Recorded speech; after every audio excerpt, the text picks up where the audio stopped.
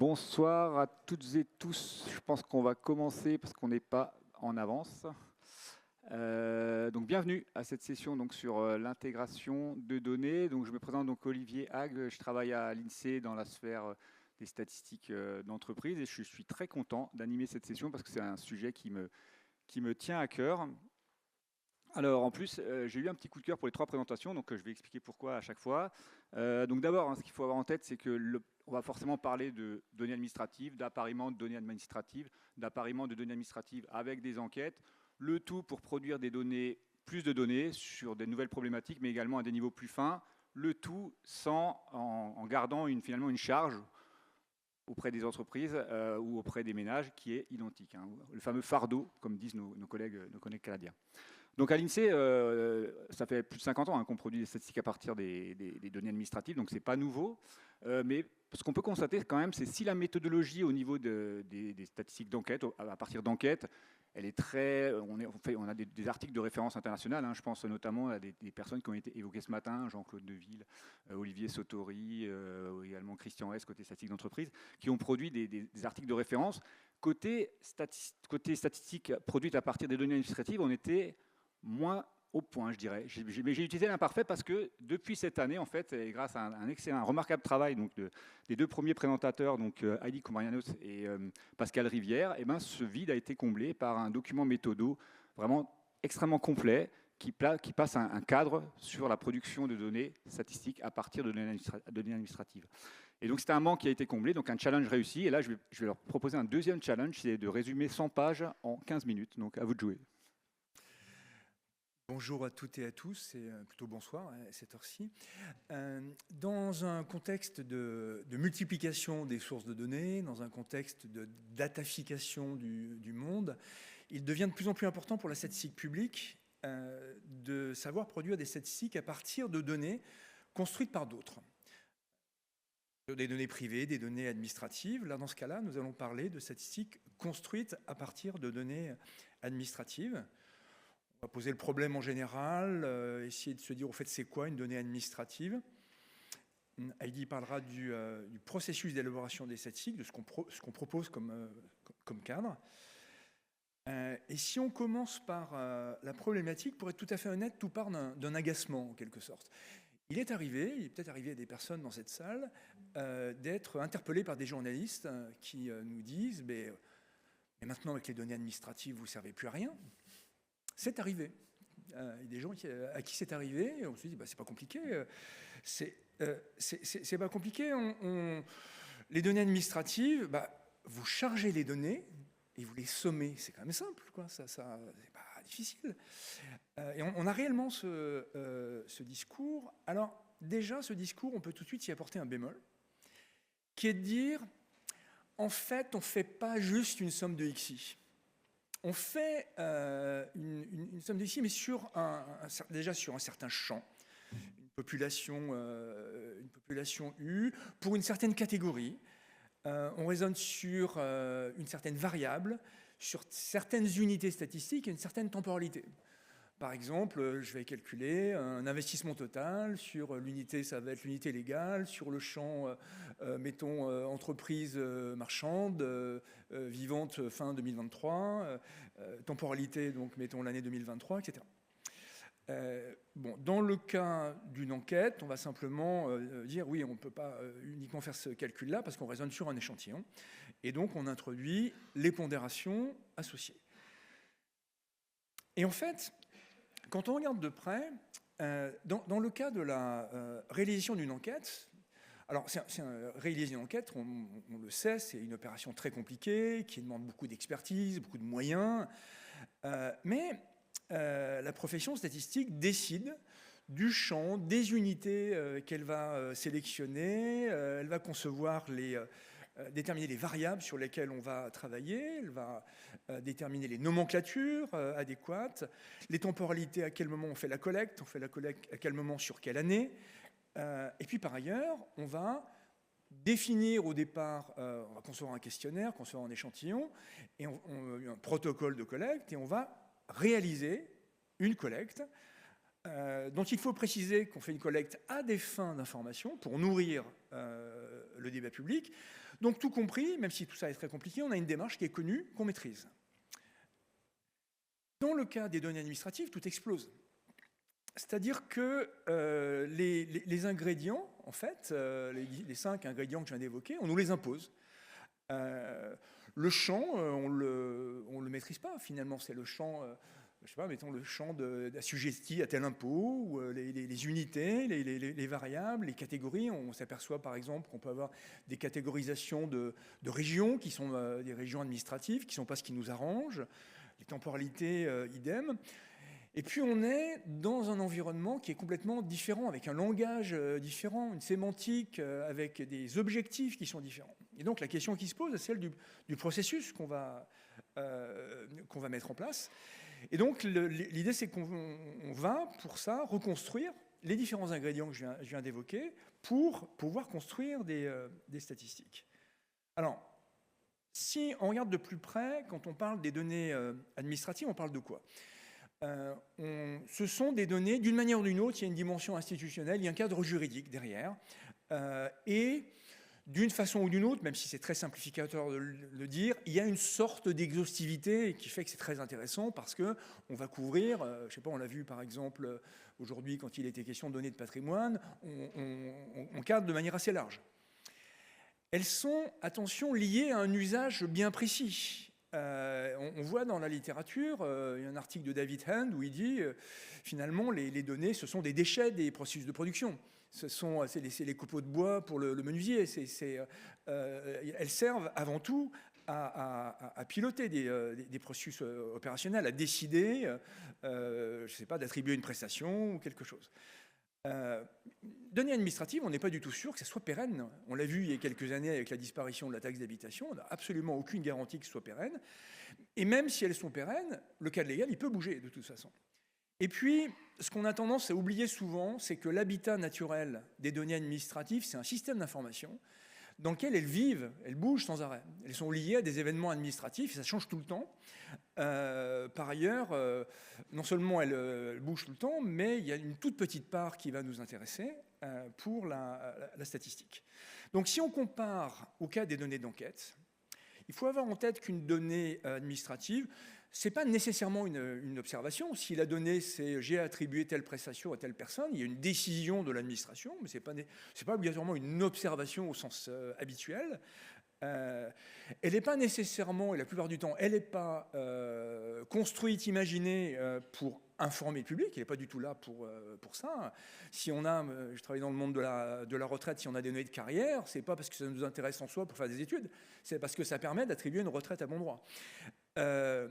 Elle n'est pas, on entend parler de collecte de données administratives, mais il n'y a pas de collecte.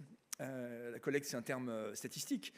Alors on peut mettre à part les déclarations administratives qui collectent au sens de telle date à telle date, à propos de telle date, où il y a une proximité. Ce n'est pas issu d'une collecte, elles ne sont pas figées.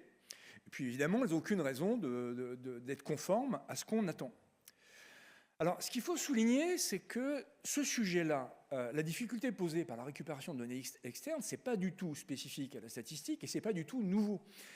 Il y a un concept qui date du début des années 2010, dénommé Paul Edwards, qui a écrit un ouvrage qui s'appelle Le Vast Machine sur les données du climat.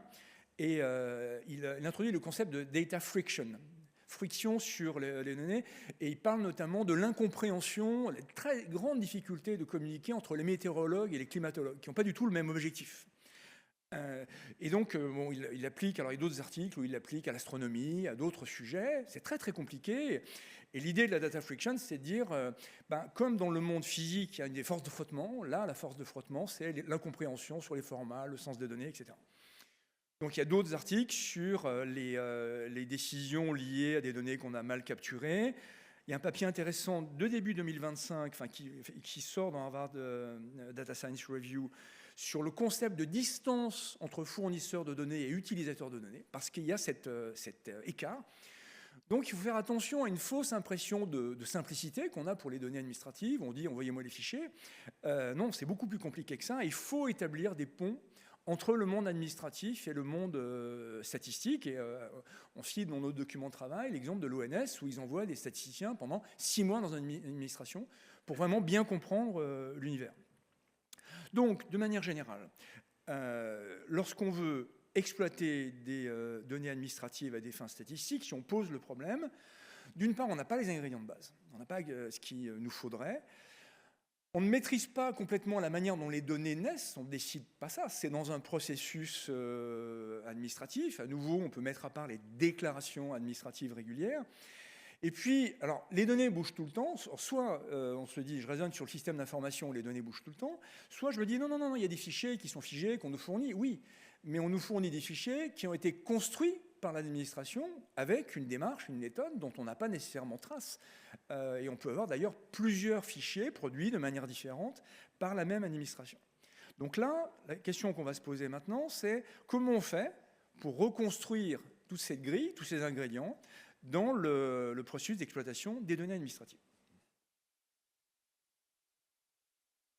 Et c'est donc tout le travail qu'on va mener en tant que statisticien, c'est comment notre processus va reconstruire nos différents ingrédients.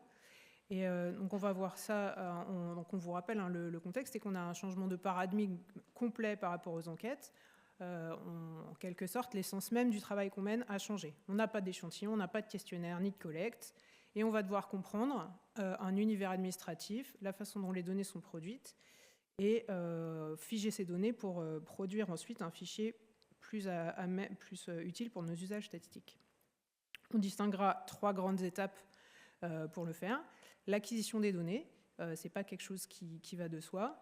La transformation, qui va consister à transformer ces données administratives en des données statistiques, en tout cas propres à nos usages, et puis le traitement des données qui sera une phase beaucoup plus classique dont on a l'habitude aussi pour les enquêtes.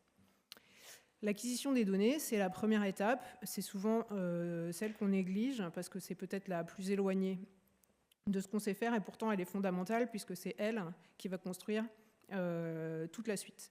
Donc on a besoin de comprendre l'univers administratif, de dialoguer avec l'administration, de récupérer des métadonnées, etc. Tout ça afin de définir la façon d'extraire les données et notamment de figer les données.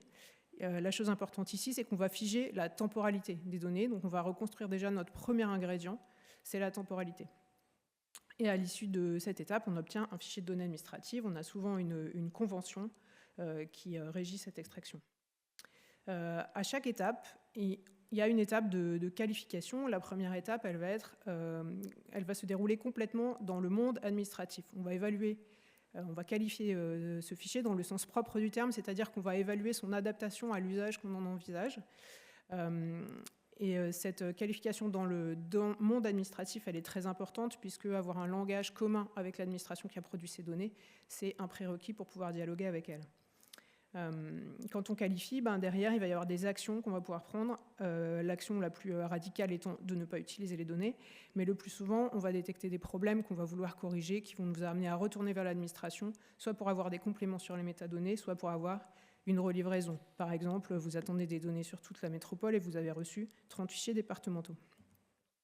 La deuxième étape, c'est une étape de transformation. Donc on va prendre ces données administratives et on va les transformer dans notre monde statistique. Et notamment, on va s'intéresser aux ingrédients que sont les unités. Donc on va passer des objets administratifs aux unités statistiques, deuxième ingrédient. On va également passer des concepts administratifs à nos variables d'intérêt, c'est le troisième ingrédient. Et on va commencer le travail sur le champ en filtrant les unités intéressantes pour nous. À l'issue de cette étape, on a un fichier de données qu'on peut considérer comme données statistiques. Et ici, on va avoir une deuxième qualification. Vous allez me dire pourquoi une deuxième qualification. Donc on a noté l'importance de qualifier d'abord dans le langage administratif. Ici, on va vouloir qualifier les données dans le monde statistique. Ça nous offre la possibilité de comparer à d'autres jeux de données avec des concepts qu'on maîtrise, mais aussi de bien distinguer les problèmes entre des problèmes qui seraient issus des données initiales et des problèmes qui seraient issus de nos transformations. Là aussi, on a une boucle de rétroaction qui va agir principalement au sein de cette phase, c'est-à-dire on va revenir vers les transformations qu'on a opérées pour les changer, mais qui peut aussi, on peut aussi rétroagir soit vers la phase 1 d'acquisition, soit pour la suite sur les traitements et notamment les imputations. Donc la suite, elle est plus classique, on revient en terre inconnue, on a des données statistiques, on va imputer des valeurs manquantes, on va corriger des valeurs aberrantes et on va finaliser le traitement de notre cinquième ingrédient, le champ, notamment en traitant les problèmes de représentativité. Et à l'issue de cette phase, dernière phase de qualification, de validation des données, on est plutôt sur de l'output editing. Et là aussi, on le connaît. Et je voudrais juste souligner quelque chose ici, c'est que cette phase d'output editing, elle n'est pas forcément portée par l'équipe qui a réalisé les transformations. Un exemple donc, sur l'exploitation conjoncturelle des DSN, des déclarations sociales nominatives, elles sont valorisées par plusieurs équipes qui sont amenées différemment à publier des données sur l'emploi ou sur les salaires, et ce ne sont pas eux qui ont réalisé la phase de transformation. Donc pour conclure, une idée clé ici dans ce qu'on veut présenter, c'est qu'on ne peut pas comparer d'un côté les données administratives, de l'autre les enquêtes, parce que ce n'est pas le même objet. Une enquête, c'est un processus de production, et donc il faut le comparer à ce qui est comparable. Un autre processus de production, le processus de production de statistiques à partir de données administratives. C'est ce qu'on a essayé de décrire. C'est un processus en soi qui a toute une série de caractéristiques, en particulier la nécessité de nombreuses boucles de rétroaction, notamment avec l'administration. Et donc les données, il faut souligner que pour ça, j'ai de mauvaises nouvelles, il n'y en a pas dans la nature, elle n'existe pas comme ça. Donc il y a vraiment quelque chose à construire, elle relève d'un univers qui n'est pas le même que le nôtre. Alors pour la mise en pratique, en écrivant le document de travail, on le souligne, on a bien en tête que l'utilisation de données administratives par la statistique publique, ça n'a rien de neuf. Ça fait très longtemps qu'on s'en sert. Simplement, il faut souligner qu'il y a des cas qui sont plus simples que d'autres, plus favorables, notamment les déclarations administratives. Et puis, dès qu'on travaille sur une source de données administratives, on peut passer des années à progresser sur la compréhension de cette source. On a mis, par exemple, tout un temps avant de bien comprendre et d'utiliser la DSN, donc c'est plus favorable. On a conscience aussi que le cadre général qu'on propose, il est simplificateur, il n'est pas nécessairement évident à utiliser, mais au moins l'intérêt avec ce cadre, c'est de dire il y a telle partie qu'on n'a pas faite. En particulier, on veut insister sur un sujet. D'ailleurs, s'il y a une erreur dans le texte, la sortie du monde administratif rend très difficile le dialogue avec l'administration. Donc, ce qui se passe, c'est que dès qu'on se met, lorsqu'on a récupéré les données administratives, à les transformer, à changer des choses, à utiliser nos concepts, on ne peut plus discuter avec l'administration. On ne peut plus revenir en arrière, on ne peut plus assurer la boucle de rétroaction, et on se retrouve tard à perdre énormément de temps. Donc voilà, on a besoin de rigueur sur tout ça, c'est pour ça qu'on parle des 5 piliers, la grille d'analyse. Et puis bien entendu, on a conscience qu'on est uniquement sur un produit des agrégats. Il faut généraliser, bien entendu, aux multisources, aux appariements, à des usages complexes. Merci de votre attention.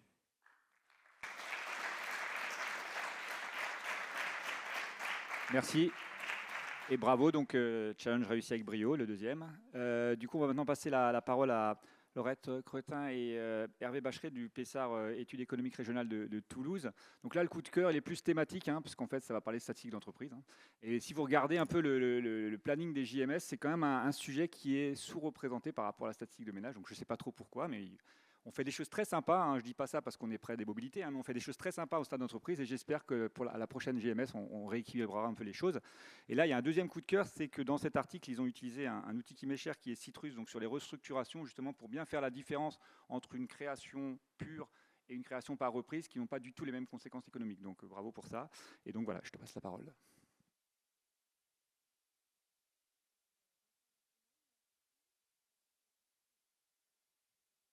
Présenter. Ah, pardon. Est-ce que c'est pas l'habitude de parler dans un micro, pardon. Donc bonsoir tout le monde, comme ça vient d'être dit, je vais vous présenter en œuvre au cours de l'année dernière par le PESAR économique régional pour l'emploi dans les établissements industriels dans les territoires. Donc juste un petit mot sur le contexte en fait de la naissance de ce projet. C'est que si l'INSEE est la référence en termes d'estimation d'emploi conjoncturel, on pense notamment aux notes de conjoncture, en fait, on peut noter que l'Institut est assez peu en capacité de fournir des analyses conjoncturelles très récentes et à des niveaux vraiment fins, que ce soit des niveaux d'analyse sectorielle ou vraiment de descendre à des niveaux géographiques très fins. Et dans les faits, c'est principalement en fait, des acteurs privés qui communiquent largement sur ces sujets. On peut citer par exemple des tableaux de bord qui détaillent les créations et les suppressions d'usines ou alors des commentaires sur des événements conjoncturelle en allant jusqu'à l'établissement, ce qu'on ne fait pas à l'INSEE. Mais depuis peu, on a à disposition une nouvelle source de données. Il s'agit du fichier détail trimestriel qu'on appelle FDT ensuite dans la suite de la présentation. Donc c'est un fichier qui est issu de la déclaration sociale nominative et qui permet de disposer de données sur l'emploi salarié à un niveau établissement dans des délais très courts et qui sont des données très riches. Et donc, ça donne la possibilité d'enrichir les analyses conjoncturelles sur l'emploi qui sont issues des ETE, les estimations trimestrielles d'emploi.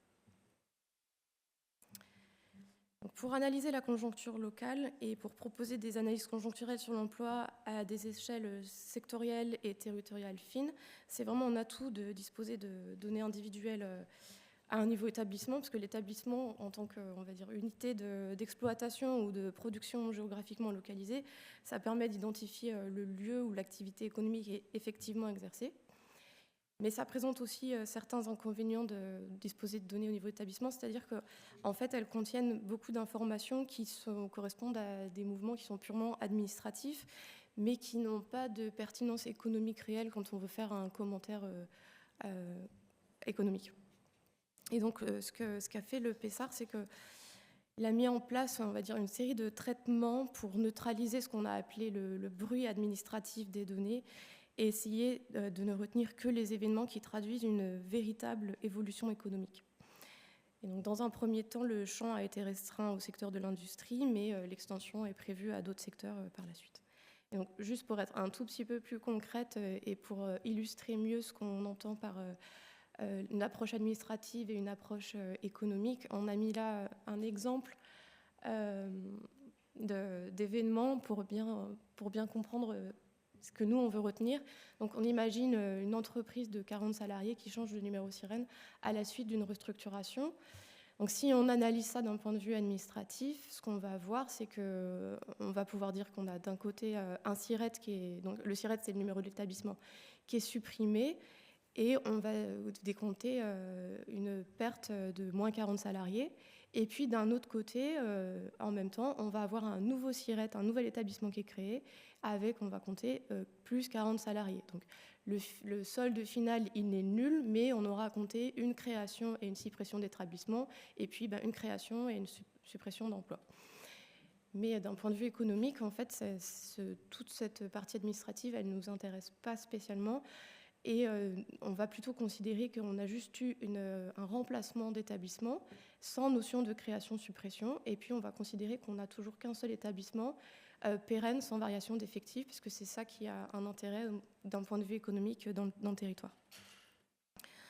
Donc pour arriver à ce résultat, c'est-à-dire vraiment pour ne retenir que ce qu'on appelle l'approche économique des établissements, ça nécessite d'identifier les liens de continuité économique entre établissements, pour ne pas compter des créations ou suppressions de postes qui résultent d'événements administratifs. Donc ça, c'est tout ce qui est le cas, par exemple, des ventes totales ou partielles, des reprises, des transferts d'établissements dans le cadre de succession. Donc pour identifier les liens de continuité économique entre établissements, en cas de mouvement, on va le faire en mobilisant d'autres sources de données complémentaires, à la fois de l'INSEE et puis hors INSEE, ce qui est un intérêt en fait du fichier détail trimestriel. En proposant des données, en ayant des données au niveau établissement, c'est qu'on va pouvoir apparier ces fichiers avec d'autres sources. Et donc, il y a un schéma là qui détaille voilà, globalement les sources qu'on utilise et dans les différentes étapes pour repérer les liens de continuité économique, sans être trop précise, mais juste pour que vous ayez une idée de ce qu'on fait. Donc, dans les données qu'on mobilise, on a d'autres données qui viennent de la DSN, qui sont les flux groupés de la DSN, qui recensent chaque mois les flux de postes entre différents établissements, et donc ça permet de repérer rapidement des transferts ou des déménagements. On mobilise aussi les fichiers successeurs ou les fichiers Citrus qui identifient en fait les établissements prédécesseurs et successeurs dans le cas de restructuration, de vente, de reprise. On mobilise aussi le fichier des liaisons financières, c'est le fichier LIFI, qui associe en fait des établissements à leur entreprise économique et qui permet en fait de comprendre les mouvements qui ont lieu au sein de certains groupes. Quand on n'arrive pas forcément à repérer certains mouvements dans les autres fichiers, on peut les voir dans les fichiers on peut plus facilement le repérer à l'aide des fichiers LIFI. Et puis au-delà des liens de succession, en fait, il y a aussi un enjeu à repérer rapidement les cessations d'établissement, parce que généralement, c'est quelque chose qu'on repère de façon a posteriori assez tard. Et donc là, la question qui se pose, c'est lorsqu'on observe qu'un établissement perd tous ses effectifs au cours d'un trimestre, la question c'est de savoir est-ce qu'il s'agit d'une reprise pour laquelle il faut qu'on identifie un successeur, ou bien est-ce que c'est vraiment une cessation d'activité.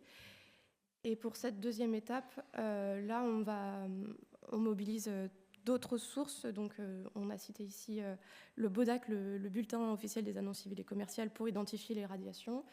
On a aussi fait des tests avec des données qui sont issues de la DARES sur les plans de sauvegarde de l'emploi et les ruptures conventionnelles collectives. Et puis, on a aussi tout un système de contrôle manuel, de recherche complémentaire, en mobilisant aussi le réseau des référents emploi dans les services études et diffusion des directions régionales. Et donc tout ça, ça nous permet d'arriver à une base de données corrigée, corrigée du bruit administratif et qui retient les événements économiques. Et donc à l'issue de l'exploitation de toutes ces différentes sources, on arrive à la mise à disposition d'une base de données tenant compte des continuités économiques et puis qui conserve aussi en fait l'histoire administrative de chaque établissement. Et on a également enrichi la base de données avec d'autres données complémentaires comme la catégorie d'entreprise, le groupe d'appartenance ou la localisation précise des établissements. Et donc c'est une base de données qui permet un suivi conjoncturel plus rapide et donc à des niveaux plus fins. Elle permet de produire des indicateurs qui sont complémentaires à ceux qui sont déjà disponibles dans les estimations trimestrielles d'emploi. Et elle permet de disposer de données localisées, ce qui apporte en fait des éclairages complémentaires aux données conjoncturelles actuelles.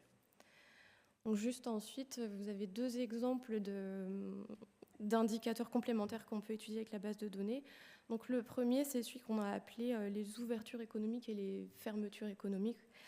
Donc en fait, il s'agit d'identifier les établissements qui n'ont pas d'effectifs à une date donnée et dont les effectifs dépassent un certain seuil sur une période donnée. Et puis inversement, du coup, pour les fermetures économiques. Et donc l'intérêt, c'est que ça permet en fait, de considérer la date réelle de création de postes dans un établissement, même s'il a pu être créé administrativement plusieurs mois auparavant. Et donc là, pour l'exemple, sur la carte, on a identifié en fait, et représenté les établissements industriels qui n'avaient pas d'effectifs au deuxième trimestre 2024 et qui, au cours de l'année, ont dépassé le seuil des 50 postes salariés au deuxième trimestre 2025. Donc c'est un concept qui se rapproche en fait de celui des ouvertures et fermetures d'usines, qui est un concept qui est souvent évoqué dans le débat public. Et en fait, on sait que les ouvertures et les fermetures d'établissements ou d'usines, elles ont souvent un impact fort sur un territoire. Donc c'est intéressant de les repérer pour pouvoir analyser les dynamiques économiques d'un territoire, et ça peut constituer une plus-value pour les CED dans leurs analyses et dans leurs notes de conjoncture régionales. Un autre apport des données, c'est qu'on peut non seulement analyser les évolutions d'emploi, enfin, on peut analyser les évolutions d'emploi, mais on peut aller un tout petit peu plus loin en étudiant plus finement les tendances, parce qu'on peut décomposer le solde des évolutions en détaillant ce qui est dû à des créations nettes de postes et ce qui est dû à des suppressions nettes de postes. Et donc là, on a juste un exemple de ce qu'on peut faire, c'est sur l'emploi industriel, on peut noter que le déclin de l'emploi salarié qu'on observe dans l'industrie au T2 2024, il s'explique plutôt par un recul des créations de postes, alors que les suppressions de postes, elles, restent à un niveau relativement stable. Donc c'est quelque chose qu'on peut analyser sur différentes périodes. Là, on l'a fait sur un an, mais en glissement, mais on peut le faire sur des périodes plus courtes. Et puis, on peut aussi détailler ce genre de résultats, par exemple, par catégorie d'entreprise, pour pouvoir préciser l'impact des PME, des ETI ou des grandes entreprises sur leur territoire dans les créations et les suppressions d'emplois.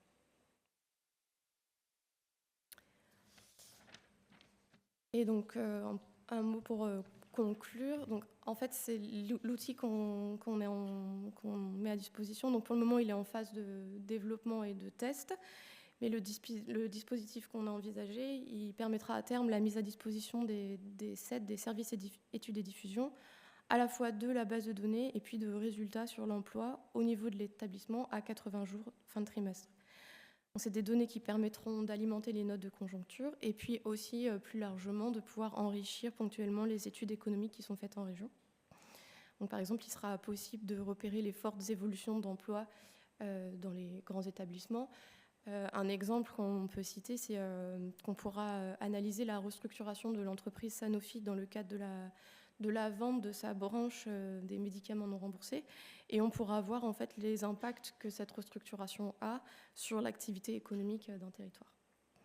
On pourra, dans les applications possibles auxquelles on pense aussi, on pourra suivre la conjoncture d'un zonage spécifique plus fin, ou alors on peut aussi envisager le suivi d'une filière économique. On pense par exemple à la filière aéronautique en Occitanie ou par exemple la filière automobile dans la région Bourgogne-Franche-Comté. Et puis ce sera également un complément aux analyses structurelles parce qu'on pourra prolonger en fait les séries structurelles par une partie conjoncturelle, parce qu'on sait que les données sur les entreprises, elles ont en effet souvent 2 à 3 ans de retard, et donc le fait de pouvoir apporter un éclairage conjoncturel à 100 jours, ça peut constituer un apport pour les partenaires des CED. Merci.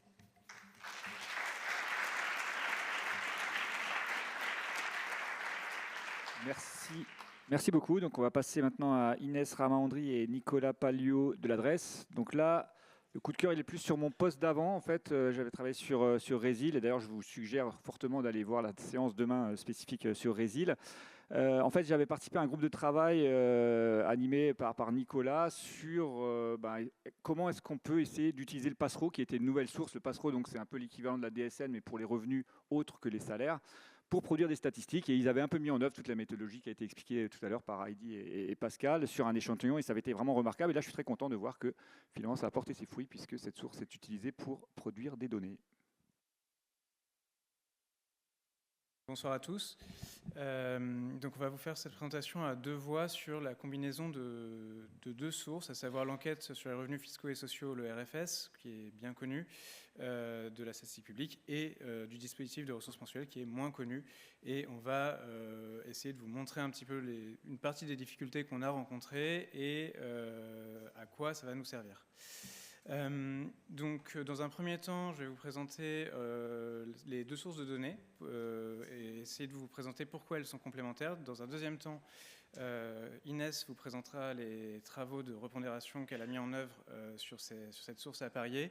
Et dans un troisième temps, on vous parlera des travaux en cours et à venir sur cette source. Donc, tout d'abord, en quoi ces 2 sources sont complémentaires ? Alors, pour ça, on va détailler chaque source séparément.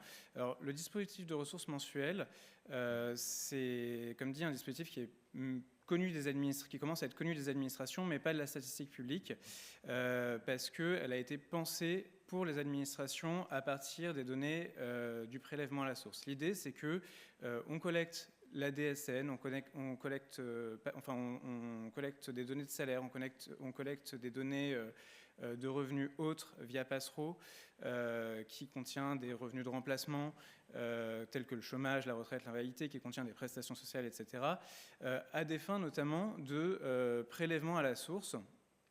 Et l'idée, c'était de valoriser ces données pour les administrations, dans l'idée de toujours on vous ne demande les choses qu'une fois, et donc on allège au maximum les démarches administratives qui pèsent sur les personnes.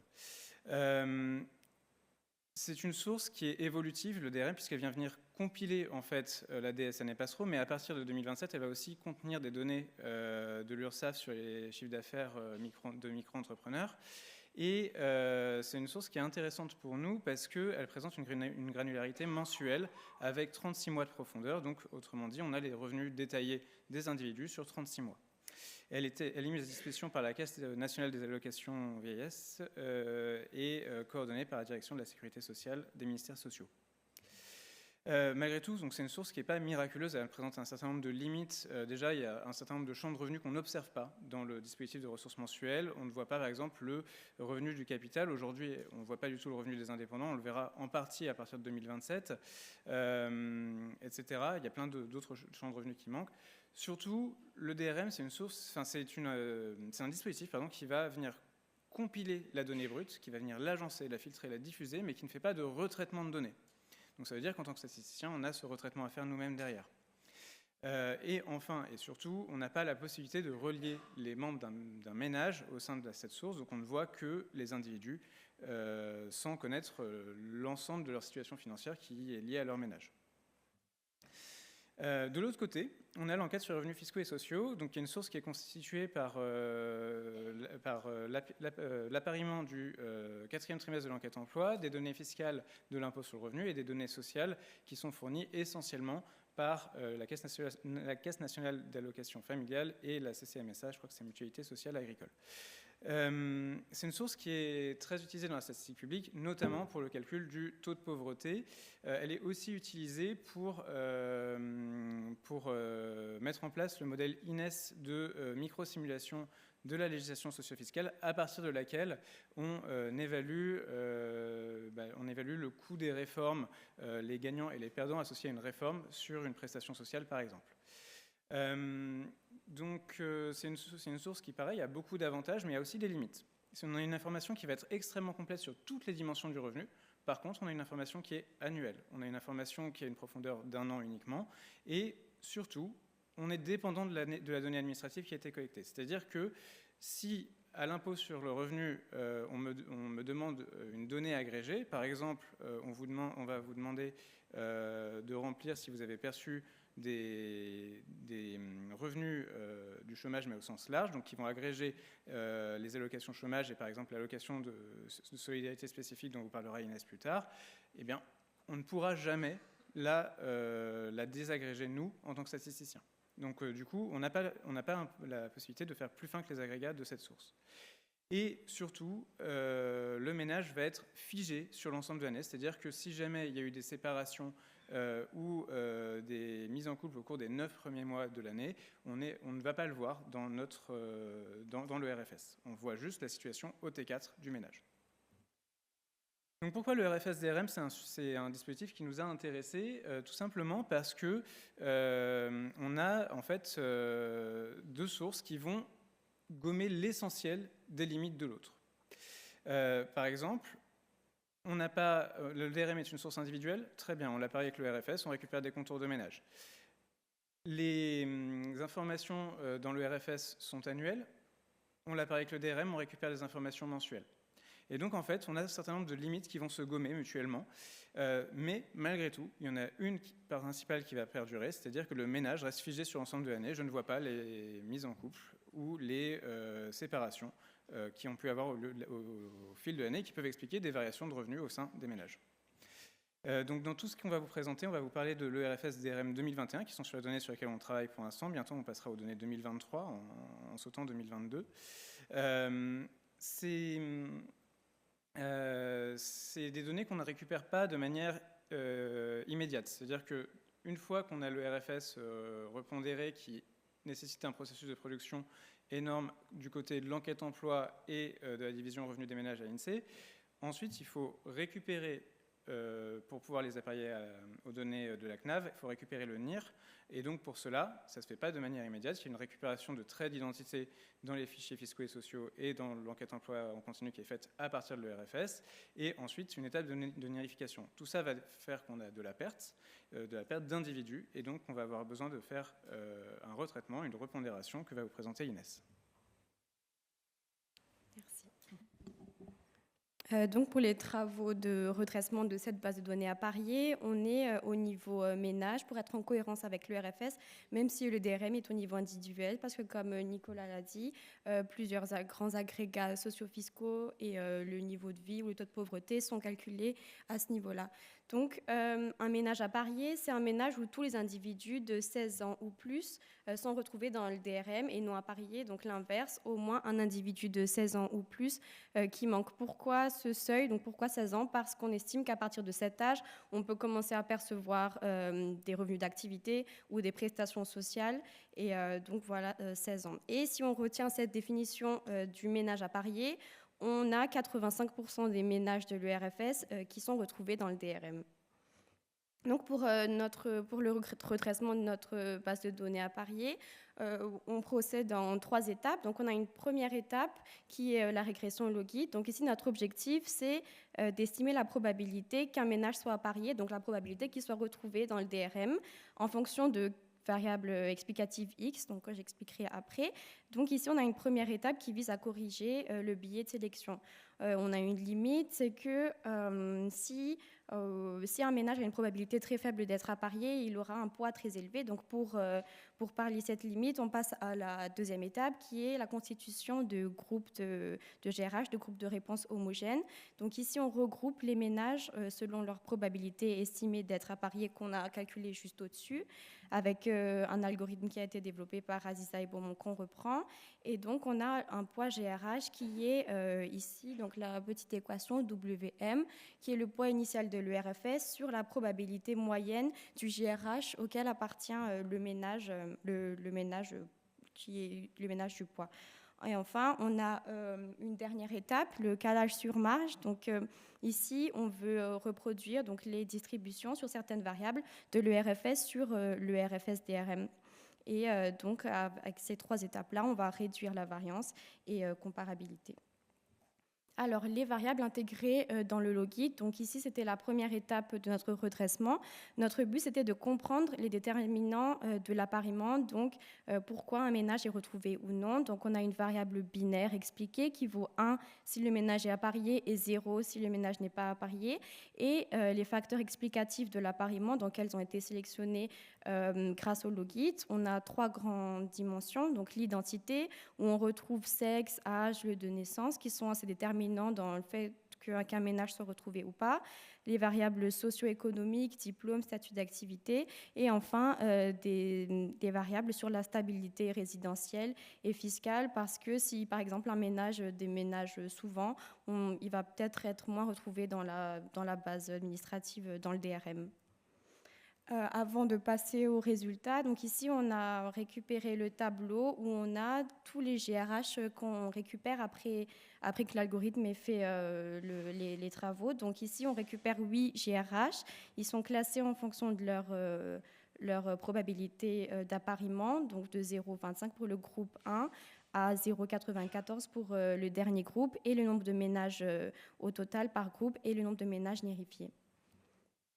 Donc ici, ici, on a un tableau qui compare donc, le nombre pondéré de ménages bénéficiaires à partir des différents jeux de poids. Donc ici, on a choisi les bénéficiaires du RSA, de la prime d'activité et de l'AAH. Donc là, on a une première colonne, c'est la cible, donc c'est le poids ERFS.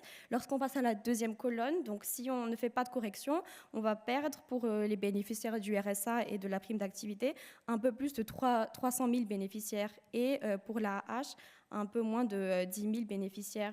Donc, et ensuite, on passe à la troisième colonne. Donc ici, c'est le poids logit. Donc on voit que après avoir attribué les nouveaux poids, on va déjà se rapprocher considérablement des cibles.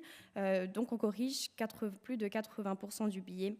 Donc ici, on a juste mis les 2 colonnes, mais c'est la dernière qu'on retiendra, donc c'est le poids calé. C'était juste pour montrer que lorsqu'on passe du poids avec la probabilité uniforme au logit, on a déjà une grosse amélioration. Donc ici, on a un biais qui est réduit, donc l'objectif est atteint, on est plutôt satisfait de notre pondération.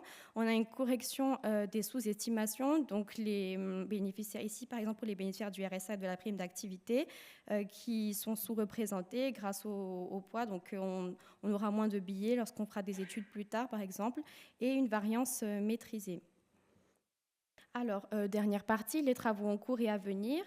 Donc ça, c'est les premiers travaux qui ont été faits avec cette nouvelle base, donc le RFS-DRM, c'est l'étude des bénéficiaires de l'ASS. Donc l'ASS, c'est quoi? C'est une allocation qui est versée aux demandeurs d'emploi qui ont épuisé leurs droits à l'ARE sous condition, donc 5 ans d'activité sur les 10 dernières années. Donc l'ASS, ça représente à peu près 2 milliards d'euros par an. Donc quand les politiques font des arbitrages, ils ont tendance à vouloir supprimer cette allocation. Donc ici, le but de cette étude, c'est de montrer leur profil et de les comparer à d'autres bénéficiaires d'autres allocations. Elle est en cours de publication, donc on a quelques résultats. On ne peut pas donner de chiffres, mais on a déjà le plan. Et donc on a une première partie sur les caractéristiques sociodémographiques, une seconde sur la situation vis-à-vis de l'emploi, vis-à-vis de la pauvreté, et une articulation de l'ASS, le RSA et de l'ARE avec les autres revenus et prestations. Alors, quelques résultats qu'on peut déjà divulguer. Donc là, les bénéficiaires de l'ASS sont dans une position intermédiaire entre les bénéficiaires du RSA et de l'ARE. Ils sont plus précaires, merci, que les allocataires de l'ARE. Ils ont des revenus plus diversifiés et des niveaux de vie supérieurs au RSA. Et en termes de caractéristiques sociodémographiques, ils sont plus âgés, seuls, souvent en moins bonne santé et éloignés durablement du marché du travail.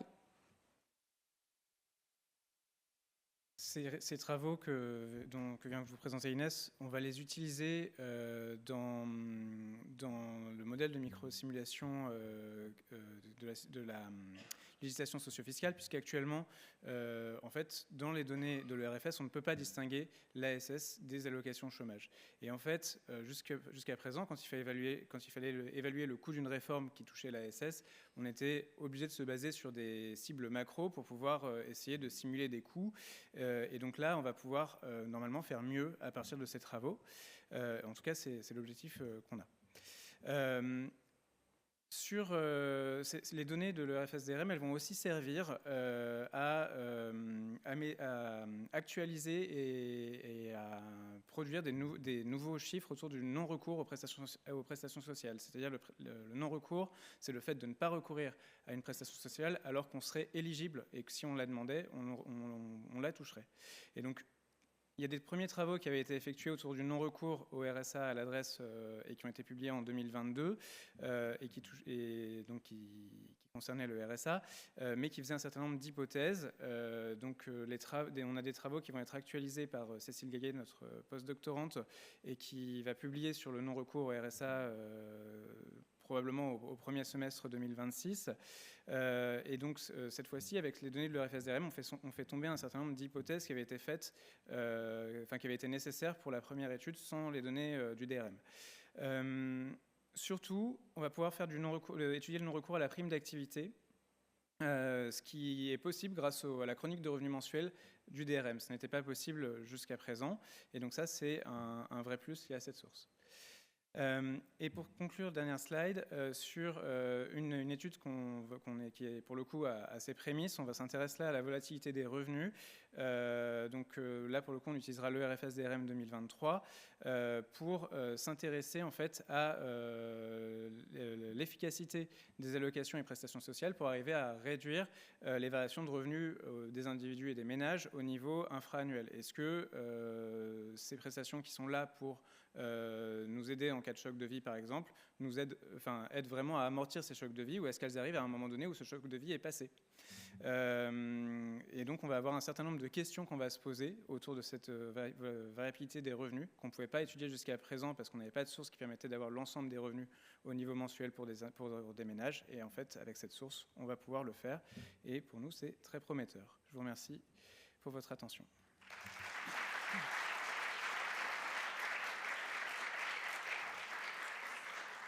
Merci beaucoup. Donc, on va pouvoir passer aux questions. On va commencer par les questions dans la salle et puis on verra par la suite les questions à distance.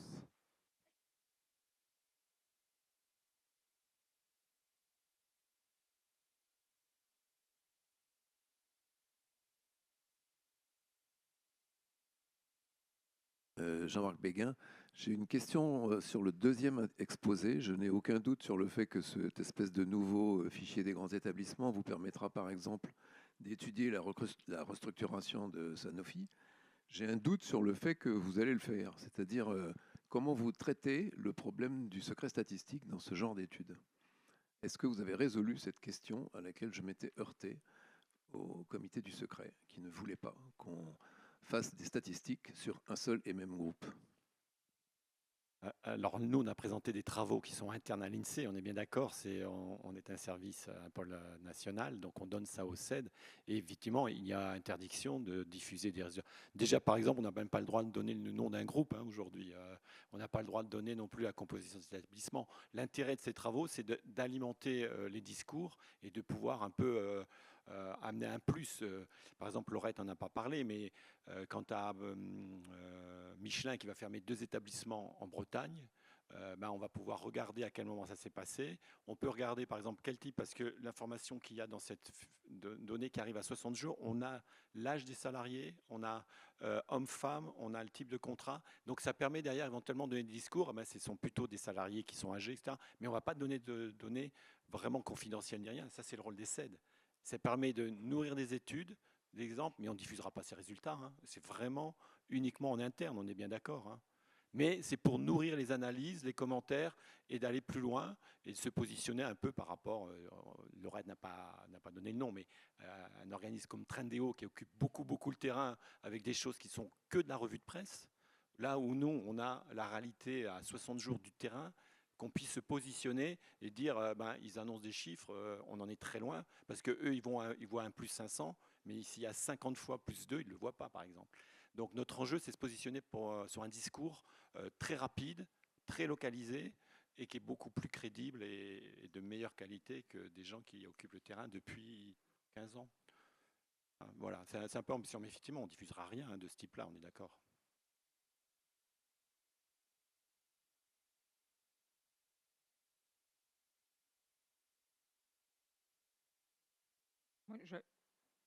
Bonsoir, Anne Nasmik, DMS. En fait, Jean-Marc a une question en micro. Moi, j'ai un peu la même type de question en macro, c'est-à-dire que comment vous...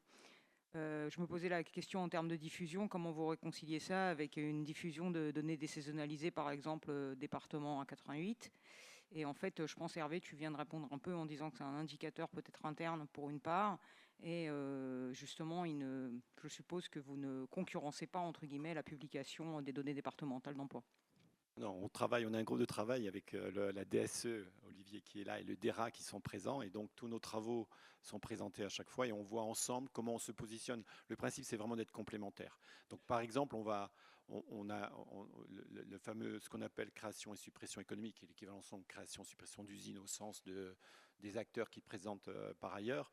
Là, c'est un plus. On peut regarder un peu dans les territoires quels sont les établissements qui ont créé de l'emploi, supprimé. Aujourd'hui, le discours on nous dit, on est en train de fermer plein d'usines en France. Aujourd'hui, ce qu'on voit, c'est que les suppressions, elles ne bougent pas beaucoup. Par contre, les créations s'écroulent. Et on va sans doute avoir un moment donné où on va voir effectivement que les fermetures. Donc là, on peut apporter un plus, on peut le localiser et on est en complément. Mais effectivement, on ne refait pas les ETE, on est bien d'accord là-dessus.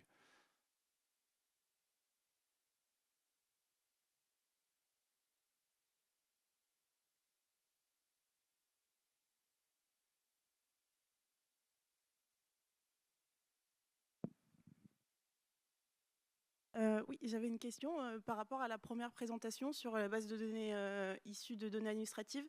C'est vrai que, personnellement, j'ai eu que des posts sur les données administratives et c'est vrai que ça m'avait marqué le fait qu'en fait, on sache pas vraiment ce qui se passe au moment de la saisie initiale des données parce qu'en fait, on n'a pas vraiment de contact, de ce que j'ai vu personnellement, avec les administrations, etc. Et c'est du coup pour avoir votre avis sur est-ce que vous pensez que l'INSEE a vocation à entre guillemets, que les chargés d'études ou d'autres personnes de l'INSEE regardent plus, en fait, se renseignent plus sur la manière dont les administrations saisissent les données pour pouvoir contrôler plus, en fait, ce qui manipule. Du coup, les travaux du document de travail, ils ont été aussi menés dans le cadre d'un investissement plus global sur les données administratives. Et donc, il y avait eu des travaux notamment menés à l'unité qualité sur les relations entre les producteurs de statistiques et les fournisseurs de données administratives dans lesquels il y avait effectivement des préconisations ou des conseils en la matière.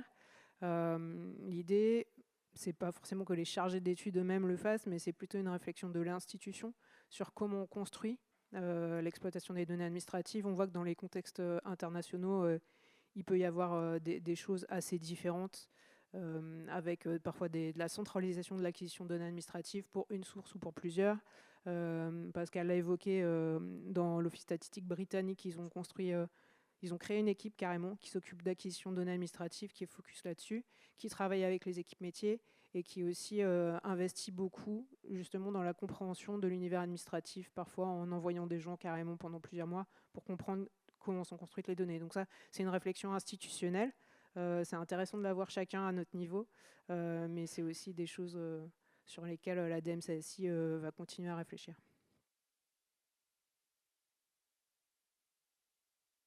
Oui, je voudrais compléter sur un point. On peut imaginer de séparer deux aspects, c'est-à-dire qu'on peut imaginer de séparer tout un travail en quelque sorte de conditionnement des données, de construction des données à des fins statistiques, ce qui se fait d'ailleurs pour la DSN, et puis ensuite le travail d'étude qui s'appuie sur des données déjà préparées.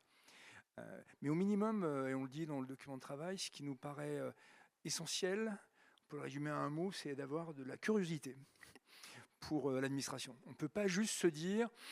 Nous, on récupère les données et puis on fera au mieux. Il est nécessaire de comprendre comment dirais, les objectifs, le langage, de s'intéresser un petit peu à ce qui se passe dans l'administration, ses objectifs de gestion, etc.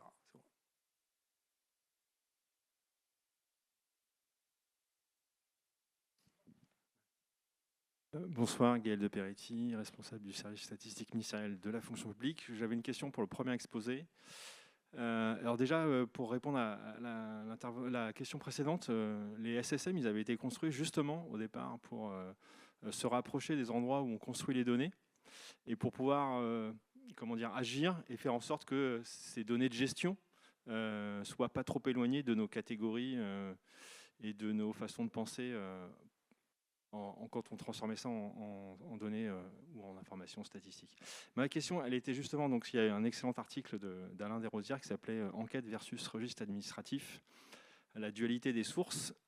Et à la fin, ce qu'il évoquait dans cette comparaison, il regardait un peu l'intérêt et l'avantage des inconvénients des sources, il allait un petit peu plus loin et il se posait la question d'observer les données administratives à travers les critères de qualité mise en avant par Eurostat. Et je me demandais si dans votre document de travail, où l'idée c'est bien de réfléchir aux concepts et comment on passe des concepts de gestion à des concepts statistiques, est-ce que vous avez aussi cette approche de regarder les critères que sont la pertinence, l'actualité, la ponctualité, qui sont d'autres façons d'apprécier la qualité et qui permettent aussi de se poser la question, est-ce que ça vaut le coup de rentrer ou pas dans la transformation de mes données de gestion où souvent on suit un individu, à l'idée que je vais en produire des statistiques où c'est plutôt des agrégats, quoi.